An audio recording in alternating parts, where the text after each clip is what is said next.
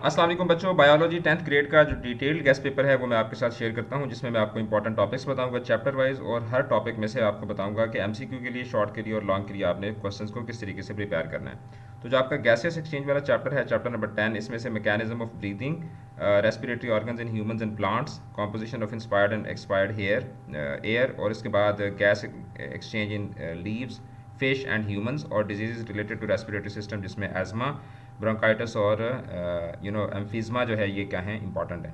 अब एमसीक्यूज़ के लिए जो composition of inspired and expired air है, ये इंपॉर्टेंट है। Function of alveoli, role of diaphragm and intercostal muscles in breathing, और diseases affecting the respiratory system, these topics are important for MCQs. Short questions के लिए gases exchange और को define करना, फिर उसके बाद उसकी इंपॉर्टेंस को एक्सप्लेन करना, role of stomata in gases exchange and how do smoking affect the lungs, these are important short questions. Long के लिए आपने इसमें explain the process of breathing in humans with a label diagram, discuss the harmful effects of smoking on the lungs and circulatory system, and compare gases exchange in plants and animals. These are the three important questions for the long topics for the long question. Homeostasis में से आपने concept of homeostasis, उसकी definition और importance जो है वो importance है। फिर उसके बाद excretion in plants and humans, urinary system and structure of kidney, process of urine formation and kidney disorders and dialysis जो है, ये इंपॉर्टेंट है। तो इसमें एमसीक्यूज़ के लिए आपको होम्योस्टेसिस में किडनी का रोल, फंक्शन ऑफ नेफ्रॉन के जो पार्ट्स होते हैं, फिर उसके बाद adaptation for excretion in plants and causes of kidney stones, ये एमसीक्यू के लिए इंपॉर्टेंट है।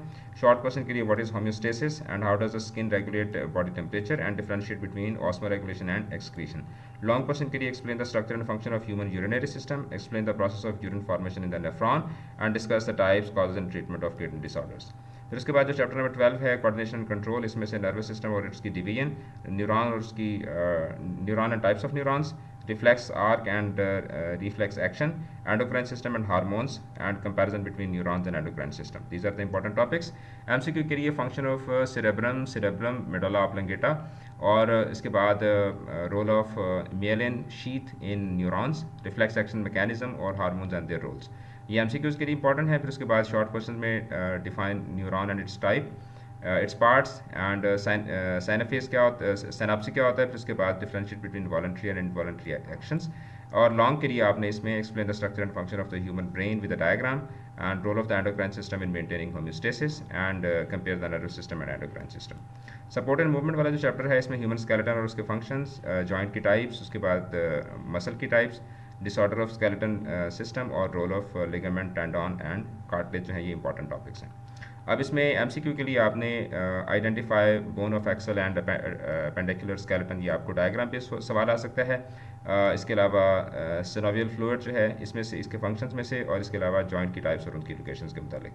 शॉर्ट क्वेश्चन जो है इसमें ऑस्टियोप्रोसेस और उसकी causes and ligament and tendons, differentiate between cartilage and bone.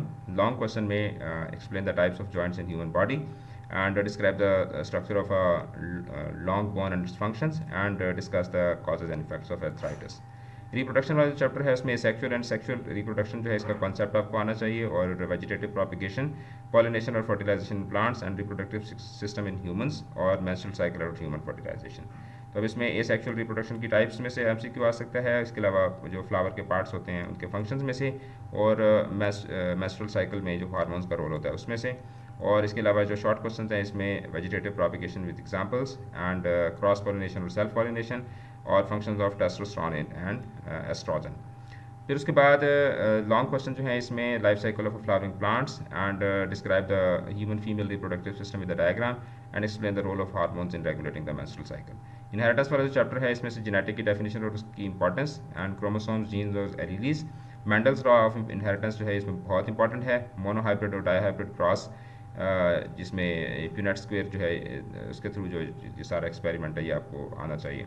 Codominance and incomplete dominance, फिर उसके बाद ABO blood group type system and inheritance, और sources of genetic variation and evolution, these are the important topics. तो gene और allele में difference MCQ में आ सकता है। फिर इसके बाद जो टाइप्स ऑफ डोमिनेंस हैं, इसमें से एमसीक्यू आ सकता है। F1 और F2 जनरेशन जो हैं मेंडल्स एक्सपेरिमेंट में, इसमें से आपसे एमसीक्यू आ सकता है। और मियोसिस का जो जेनेटिक वेरिएशन में रोल है, इसमें से एमसीक्यू आ सकता है। शॉर्ट क्वेश्चन में what is the difference between genotype and phenotype, and define and explain incomplete dominance with an example, and what are Mendel's two laws of inheritance. Long में Mendel's law, फिर उसके बाद ABO blood group और genetic variation. Chapter number 16 जो है इसमें ecosystem और ecological organisation जो है ये वाला टॉपिक, फिर उसके बाद flow of energy in ecosystem, biogeochemical cycles जिसमें कार्बन साइकिल और नाइट्रोजन साइकिल दोनों इंपॉर्टेंट हैं. नाइट्रोजन साइकिल जो है इसके आने के चांसेस ज़्यादा हैं. Human impact on the environment और कंजर्वेशन ऑफ नेचुरल रिसोर्सेज. तो MCQs में role of decomposers in the ecosystem, steps of the nitrogen cycle, causes and effects of air pollution, and concept of biomagnification. Short may differentiate between food chain and food web. What is the significance of biochemical cycles? What are the main causes of deforestation? और long के लिए explain the carbon and nitrogen cycles with diagram, explain the impact of industrialization and urbanization on the environment, and what are the various ways to conserve nature. फिर उसके बाद biotechnology वाला जो chapter है इसमें डेफिनेशन और इंपॉर्टेंस ऑफ बायोटेक्नोलॉजी, फर्मेंटेशन और उसकी एप्लीकेशंस, जेनेटिक इंजीनियरिंग और सिंगल सेल प्रोटीन. तो ये इंपॉर्टेंट टॉपिक्स हैं. तो MCQs में जेनेटिक इंजीनियरिंग की डेफिनेशन, फिर उसके बाद यीस्ट का रोल, फिर उसके बाद जेनेटिकली मॉडिफाइड जो क्रॉप्स होती हैं उनके benefits and single cell protein का इस्तेमाल. शॉर्ट क्वेश्चन जो है इसमें फर्मेंटेशन, इसके अलावा जेनेटिक इंजीनियरिंग और सिंगल सेल प्रोटीन जो है वो इंपॉर्टेंट है. और लॉन्ग में जो है वो पूरा प्रोसेस आपसे जेनेटिक इंजीनियरिंग का पूछा जा सकता है, बायोटेक्नोलॉजी के रोल पे आ सकता है सवाल, और माइक्रो ऑर्गेनिजम्स का जो इस्तेमाल होता है फर्मेंटेशन में इसके ऊपर आ सकता है. लास्ट आपका फार्माकोलॉजी का चैप्टर है. इसमें डेफिनेशन और उसकी इंपॉर्टेंस जो है इसको आपने तैयार करना है. टाइप्स ऑफ ड्रग्स, मेडिसिनल और एडिक्टिव का आपको पता होना चाहिए. पेन किलर, एंटीबायोटिक्स, वैक्सीन और सेडेटिव्स का आपको पता होना चाहिए, उनकी डिफरेंस, और इसके अलावा जो एडिक्टिव ड्रग्स होती हैं उनके इफेक्ट्स, इसके अलावा एंटीबायोटिक रेजिस्टेंस और उसके कॉन्सिक्वेंसेस. ये वाला टॉपिक बहुत इंपॉर्टेंट है. तो MCQs में आपको वैक्सीन का रोल इम्यूनिटी में, पेंसिलिन की discovery, side effects of narcotics, causes of antibiotic resistance, इसमें से सवाल आ सकता है.